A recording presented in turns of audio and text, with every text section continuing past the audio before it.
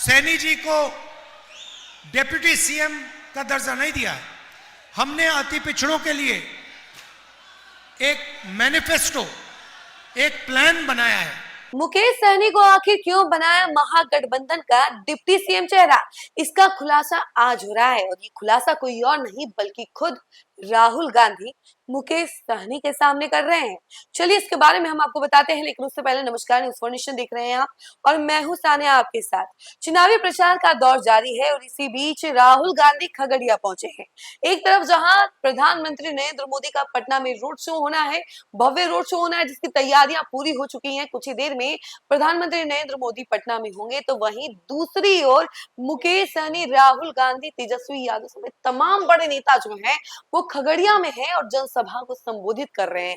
इसी दौरान मुकेश सहनी का खुलासा हो गया है। जी हाँ, आखिर क्यों बनाया गया मुकेश सहनी को डिप्टी सीएम, इसका खुलासा जो है राहुल गांधी ने खुद कर दिया है और खुद बता दिया है कि आखिर मुकेश सहनी डिप्टी सीएम क्यों बनेंगे।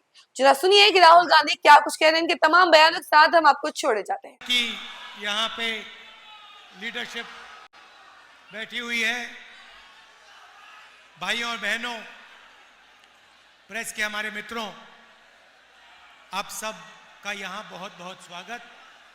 आप यहाँ दूर दूर से आए हैं, इतनी ऊर्जा है आप में, दिल से आपका धन्यवाद करता हूं।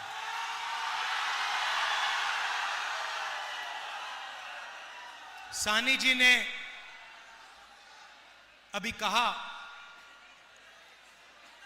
कि उनको हम डिप्टी सीएम बनाने जा रहे हैं।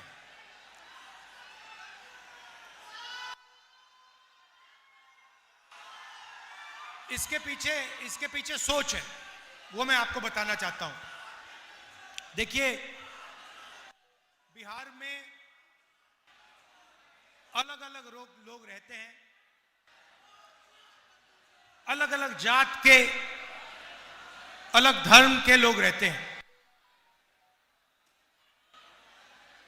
पिछड़ा वर्ग है, अति पिछड़ा वर्ग है, दलित वर्ग है, महादलित है, अल्पसंख्यक हैं, जनरल कास्ट हैं, अलग अलग लोग बिहार में रहते हैं। और महागठबंधन ने और हमने निर्णय लिया है कि जो सरकार बनेगी, महागठबंधन की जो सरकार बनेगी, उस सरकार में बिहार के सारे लोग शामिल होंगे। मैं उदाहरण देता हूं आपको। हमने सिर्फ, अगर मैं अति पिछड़ों की बात करूं, तो हमने सिर्फ सैनी जी को डिप्टी सीएम का दर्जा नहीं दिया है। हमने अति पिछड़ों के लिए एक मैनिफेस्टो, एक प्लान बनाया है। उनके आरक्षण के लिए, उनकी प्रोटेक्शन के लिए, उनके रोजगार के लिए हमने सोच समझकर, उनसे पूछकर हमने प्लान बनाया है। और हमारा काम वैसे ही होता है। हम चाहते हैं कि ये जो सरकार आए, जो आने वाली है, इसमें बिहार की आवाज सुनाई दे, बिहार के युवाओं की आवाज। आजकल क्या हो रहा है?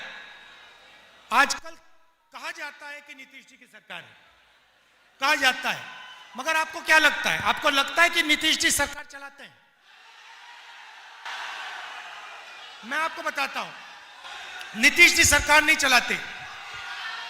नीतीश जी के 3-4 साइड में 3-4 ब्यूरोक्रेट हैं, वो सरकार चलाते हैं। 3-4 अफसर लोग हैं, वो दिल्ली से ऑर्डर लेते हैं, मोदी जी से ऑर्डर लेते हैं और बिहार की सरकार चलाते हैं। यहां पे बीजेपी का नेता आया बिहार में, उसने कहा कि देखिए, बिहार में उद्योग लगाने के लिए जमीन नहीं है।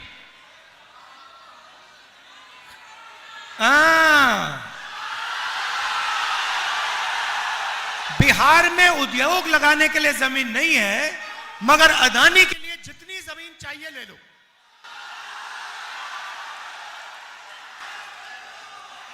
आप देखना